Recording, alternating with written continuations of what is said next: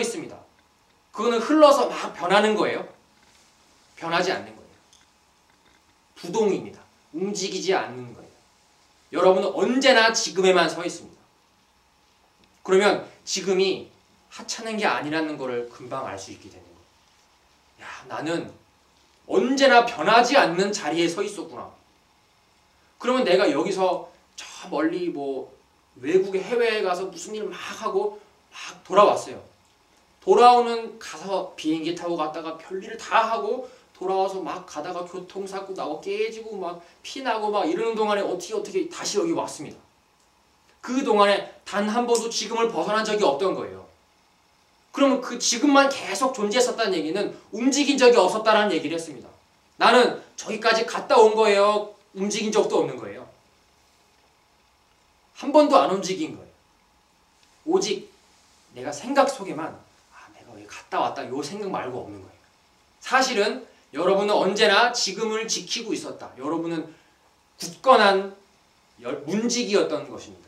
무슨 문지기였냐면 지금이라는 커다란 밑바탕 위를 단단히 지키고 있었어요. 지금을 벗어나려 해도 벗어나려는 때는 언제예요? 벗어나려는 때도 지금입니다. 지금 말고 세월이 있을 수 있겠지 뭐. 이거는 지금 생각하는 지금에 피어나는 아지랑이들과 같은 거예요. 그러면은 제가 오늘 이야기한 삶이라고 하는 것, 죽음이라고 하는 것, 죽는다라고 하는 믿음, 그리고 나라고 하는 것, 이것은 전부 어느 위에 서 있는 것인가 하면 지금 위에 서 있었다는 얘기를 금방 알 수 있는 거예요. 그러면 이제 지금을 여러분이 저한테 보여줄 수 있는 분은 보여주십시오. 지금을 큰 스님께서는 지금 나한테 보여줘봐, 지금 손바닥에 보여줘봐 이렇게 말씀을 하십니다. 여러분이 언제나 지금을 벗어날 수 없다면 지금을 해결하면 모든 게 해결되는 거 아니겠어요? 그렇죠? 그 지금을 여러분이 어떤 방식으로 저에게 증명을 해줄 겁니까? 박수를 치신다고요? 큰 스님께서 박수를 자주 치는 법문을 해주시는데 박수를 딱 치는 순간이 지금이라고 얘기를 해봅시다. 딱 치는 순간에 이 박수 소리는 어떻게 됐죠? 지나가 버렸어요. 그럼 지나가 버린 것은 이미 없어져 버린 것이고 다시 새로운 지금을 맞이하는 겁니다. 그러면 그 박수 소리는 진실하게 딱 지금이라고 말할 만한 때가 없었던 거예요. 이미 없어져 버렸습니다. 그럼 다시 한번 요 박수 치는 순간이 지금이라고 하자. 딱 치는 순간에 이 박수 소리는 어떻게 됐죠? 다시 지나가 버렸어요. 그러면 지금이라고 하는 것은 단 한순간도 머물러 있는 때가 있다 없다? 없다. 나는 언제나 지금 위에 서 있지만 이 지금이라고 하는 것을 내가 절대로 잡을 수는 없다라는 얘기입니다. 그럼 이 지금 위에 제가 뭐가 서 있다라고 얘기를 했냐면 나가 서 있다라고 이야기를 했어요. 내가 살고 있는데 나라고 하는 것은 지금에만 내가 존재하는 것입니다. 아라고 합니다.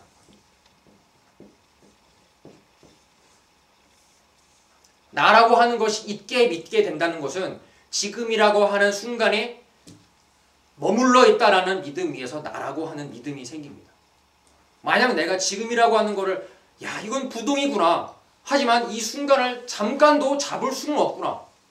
이건 마치 신기루하고 같은 것이어서 내가 여기서 무슨 짓을 한다고 해도 마치 아지랑이가 피어나고 연기가 피어나듯이 진실하다고 말할 수 있는 순간이 단 한순간도 없구나. 내가 진실하다고 얘기를 하면 이거는 이미 내가 오해한 거지. 그렇게 생각할 수 있는 것입니다. 이 나라고 하는 게 하지만 어이없게도 나라고 하는 것이 지금이라고 하는 것을 믿은 이유 하나로 내가 들어서게 됩니다. 그러면 이제 새롭게 할 일이 막 많이 생겼어요. 무슨 일이 생겼냐면 나를 주장을 해야 됩니다. 왜냐하면 내가 없어지면 모든 게 사라지는 것 같이 두렵기 때문에 그런 거예요. 나를 내세우고 또 남을 좀 누르고 이게 나를 세우려고 하는 마음하고 똑같습니다. 또 나를 꾸미고 나를 좀 더 널리 알리고 이건 전부 나라고 하는 그 위에서 나오는 거예요. 지금이 존재한다라는 그 믿음 속에서 나가 계속해서 굳어지게 되면 어떻게 되냐면 우리처럼 사람의 몸으로 나오게 된다고 합니다. 있음이 깊게 굳어진 존재, 그것이 인간 세계라고 하는 말씀을 부처님께서 하셨는데 얼마나 철석같이 내가 있다라고 믿었으면 이 땅에서 이 밟혀지는 대지부터 시작해서 몸도 그렇고 앞에 있는 광경도 그렇고 단 한 가지도 잡을 수 있는 게 없음에도 불구하고 전부 있다라고 믿는 존재들이 모여사는 곳이에요. 굉장히 악한 곳입니다. 이 인간 세계. 그래서 이 나라고 하는 믿음이 계속 굳어지게 되면 사람이라고 하는 주장이 다시 나오게 됩니다. 내가 있다. 이것은 나다. 라고 믿는 그 바탕 위에 다시 또 뭐가 더 씌워지냐면 이 내가 사람이다 라고 하는 것입니다. 사실 어디에도 사람이 이것이다 라고 하는 증거는 없어요. 인상이라고 합니다. 무엇을 가지고 사람이라고 하느냐? 그것은 말할 수 없습니다. 왜냐하면 팔 없어도 사람이고 팔 없으면 팔 없는 장애인이고 다리 하나 없어도 팔 하나 다리 하나 없는 장애인입니다. 팔만 가지고는 사람이라고 하지 않아요. 그래서 사람이 아니라고 말할 수 있는 것들 다 하나씩 빼보면은 팔 없어도 사람이고 다리 없어도 사람입니다. 팔, 다리 두 짝 다 없으면 사람이 아닌가요? 아니죠. 팔, 다리 없는 사람이죠. 머리 없으면 어떻게 되죠? 뭔가 좀 애매해지는 거예요. 이제 생각이. 이 사람이라고 해야 돼? 말아야 돼? 이 얘기의 제일 중요한 것은 어떤 것도 이것이 사람이다라고 말할 만한 건 없어요. 그럼 사람은 무엇을 가지고 우리가 사람이라고 하느냐? 사람이다 라고 하는 그 생각 말고는 사람이 없습니다. 여러분이 만약에 사람은 어떠어떠한 것이다 라고 인정하는 그 마음이 없다면 사람이다라는 것은 온 세상에 없을 거예요. 하지만 여러분이 배워온 바, 기억한 바 그것들은 사실은 밖에서 모여서 쌓아진 것이지만 여러분이 믿고 있는 그 믿음 위에 사람이라고 하는 허망한 것이 세워지게 된다는 얘기입니다. 사람은 자고로 무엇 해야 한다라는 명언들은 전부 나라고 하는 그 믿음 위에 세워진 사람이라는 믿음들입니다. 이것은 언어에 맞지 않는 법칙임에도 불구하고 사람이라고 하는 건 존재할 수가 없어요. 이것도 역시 상적법입니다. 보는 존재가 없으면 사람은 존재하지 않아요. 이 상적 법칙은 무엇을 이야기하는 것인가 하면 보는 존재 없이는 이 앞에 있는 게 존재할 수가 없다. 이거는 실제로 따로 존재하지 않는다라는 걸 말씀하시는 것입니다. 밖에 있는 것이 나 없으면 존재하지 않는다면 이거는 따로 존재하지 않는다. 나라고 하는 것이 바깥에 있는 게 없으면 여러분이 느껴지는 것이 아무것도 없다면 여러분이 과연 나라고 부를 만한 게 따로 있다라고 얘기할 수 있을까요? 절대로 얘기할 수 없어요. 그러면 나는 항상 역시 바깥에 드러나는 대상하고 함께 존재하는 것입니다. 그러면 이것들은 사실은 실제로 존재하는 게 아니라는 얘기예요.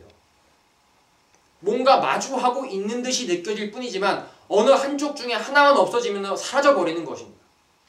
이거를 자성이 없다라고 표현하거든요. 스스로라고 하는 성품이 없다라고 합니다. 근데 이러한 설명을 안 하고 그냥 무작정 자성이 없다, 자성이 없다라고 하면은 우리들은 모르잖아요. 그 단어를 못 들어봐서.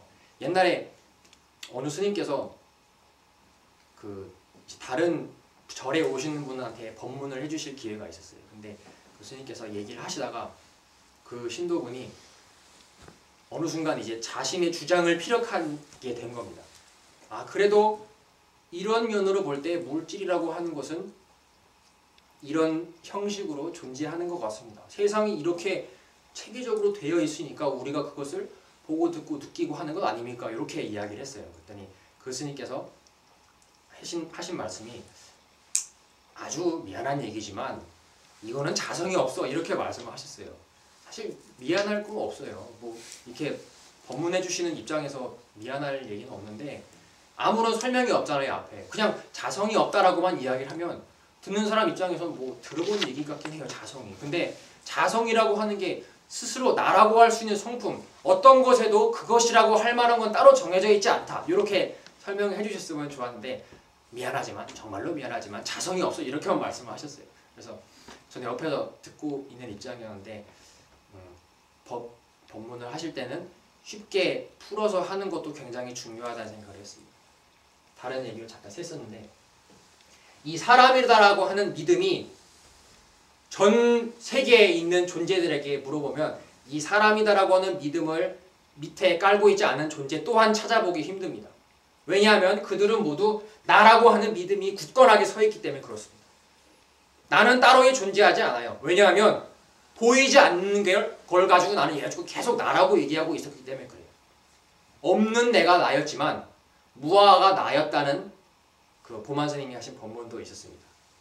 보이지 않는 나를 나로 삼았다 하고 그것이 나의 정치였지만은 이상하게도 깊이 그 자세하게 생각해보지 않은 까닭에 무턱대고 나가 있다라고 믿은 상태에서는 계속 피곤한 일들이 이어질 수밖에 없는 거예요. 그 위에 사람이다라는 믿음이 쓰게 되고 허망한 사람이라는 생각 위에 중생이다라는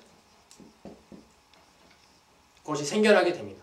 이것은 무리이다, 사회 이런 것들이 생겨나게 됩니다. 사람이다라고 하는 이 믿음 위에 사람은 자고로 모여 살아야지, 아니면 공동체를 이뤄서 살아야지. 야, 그래도 우리가 피를 나누는데 가족인데 같이 함께 살아야 되지 않겠냐. 이것이 중생이라고 하는 상입니다. 이 중생이라고 하는 상이 더욱 짙어지면 여기는 점점 이 있음이라고 하는 믿음이 짙어지는 것을 이야기하는 거예요. 중생상이 짙어지게 되면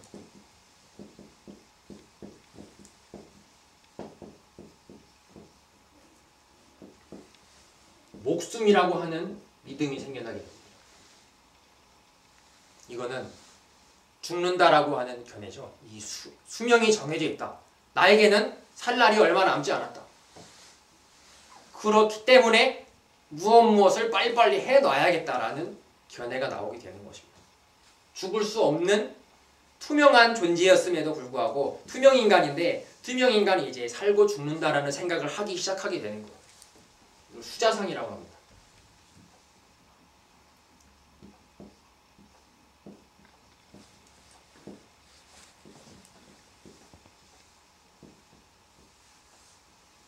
이것을 네 가지의 그 모습이라고 해서 사상이라고 합니다.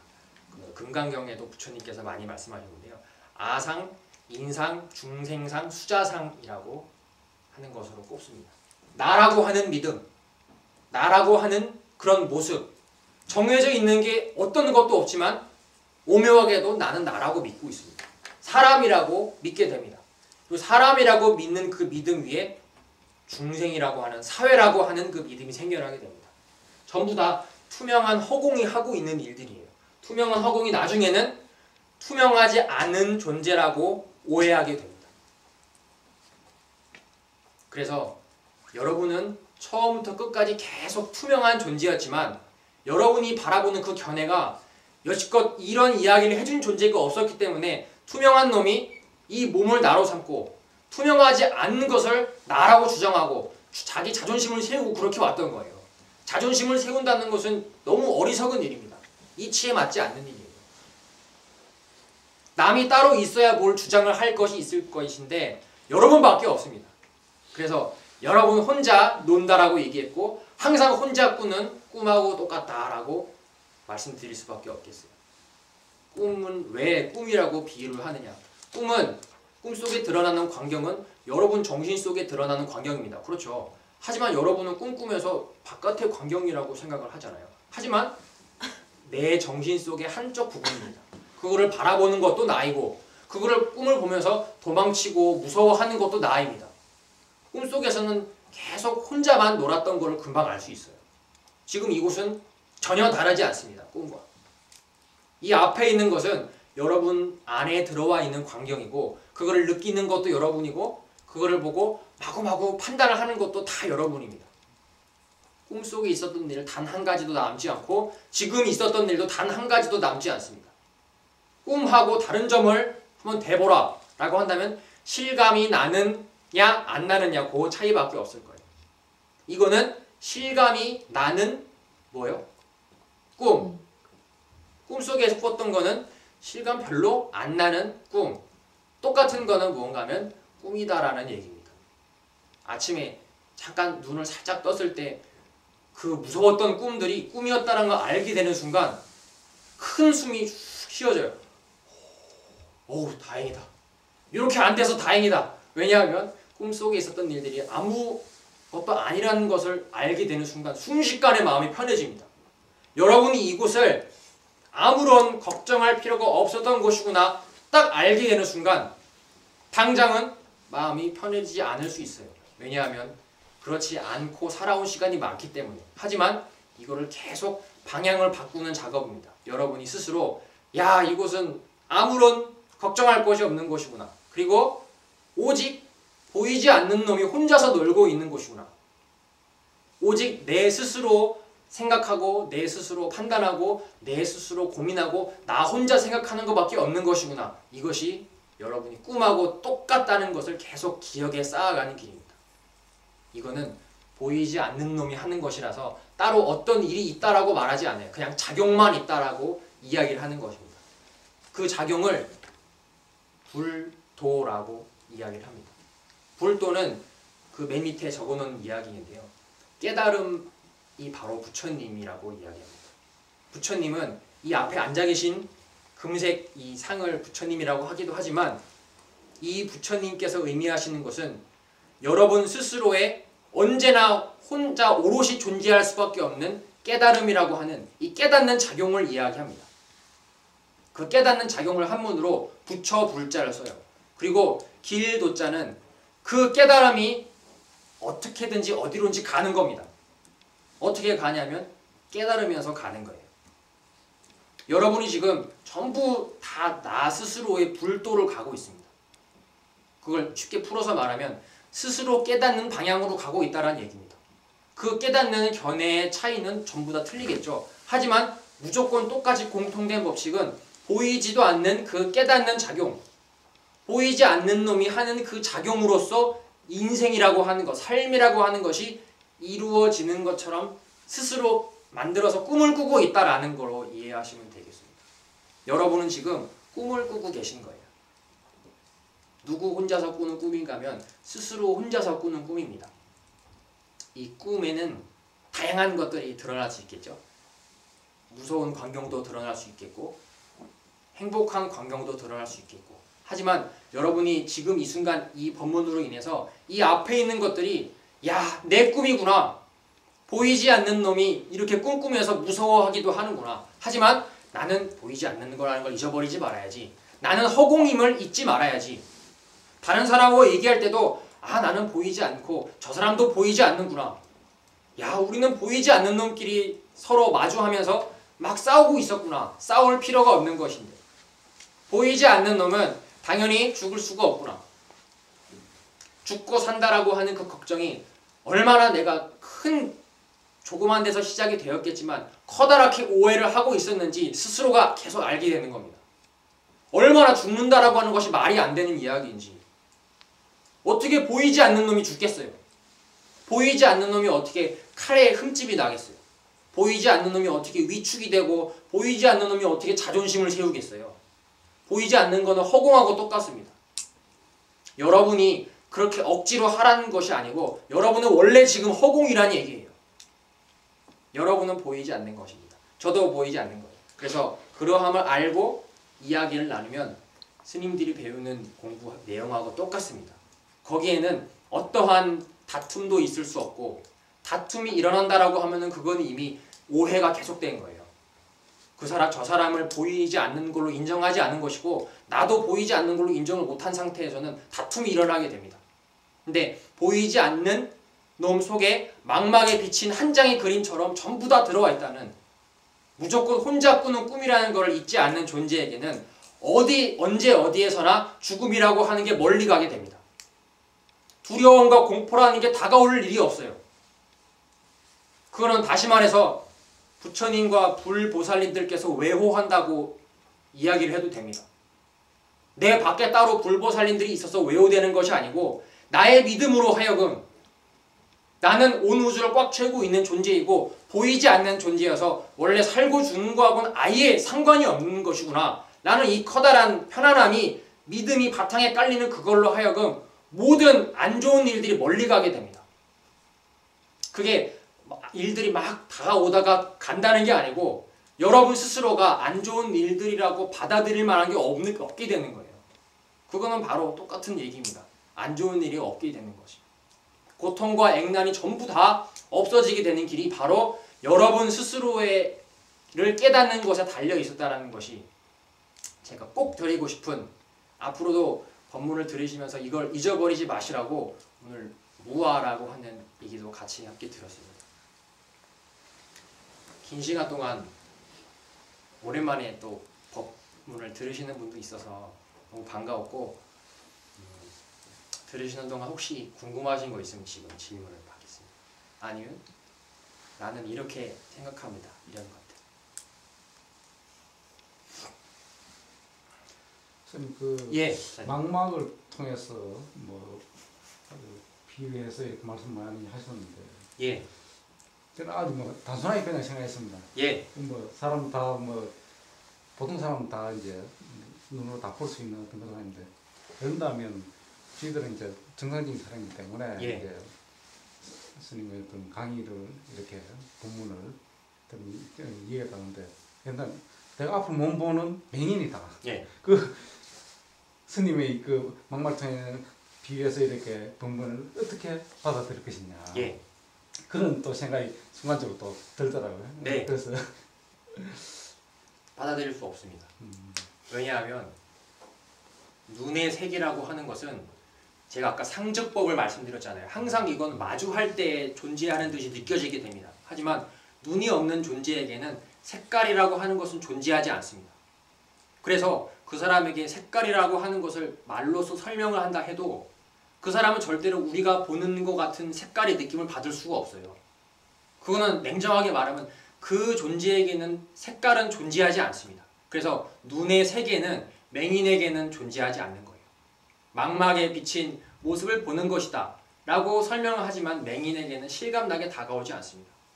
대신에 앞을 보지 못하는 존재에게는 귀에 소리를 들어서 설명해 줄 수가 있습니다. 소리는 어디에서 언제 어디에서 나든지 전부 다 들리는 거예요. 뒤에서 나도 듣고 옆에서 불러도 듣고 저 멀리에서 나면은 멀리에서 난다고도 듣고 하늘에서 벼락이 치면 하늘에서 난다라고도 압니다. 그거는 전부 다 나의 듣는 이 귀의 능력이 다 뻗어 있다라는 이야기예요. 그래서 뻗어 있다라는 것은 내 레이더가 다 미친다는 얘기이고, 그것은 내 몸이라는 거하고 똑같습니다. 마치 내가 몸이 어디 가려우면은 어딘지 금방 알고 긁는 것처럼 그걸 긁을 수 있는 이유는 내 몸이기 때문에 긁을 수 있는 거예요.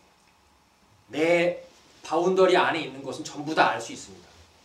소리는 도대체 어떤 연유로 어디에서 어느 강도로 나는지 우리가 알 수 있느냐? 그것은 저 소리 나는 척이라고 하는 것이 전부 다 나의 고막이라고 이해하시면 되겠습니다. 고막은 이게 고막이 아니에요. 왜냐하면 이거 고막 하나만 가지고는 아무런 기능을 할 수가 없어요.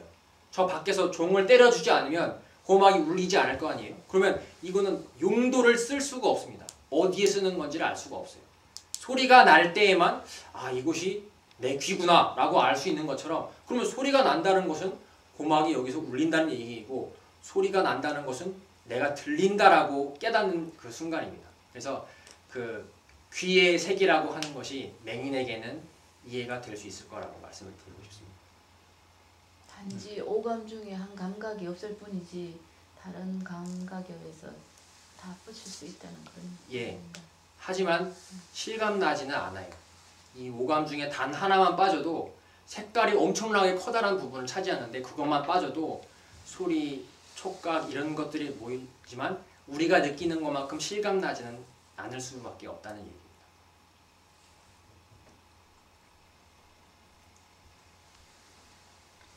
유정현 교사님, 오늘 처음 들으셨는데 멍하지 않으셨어요?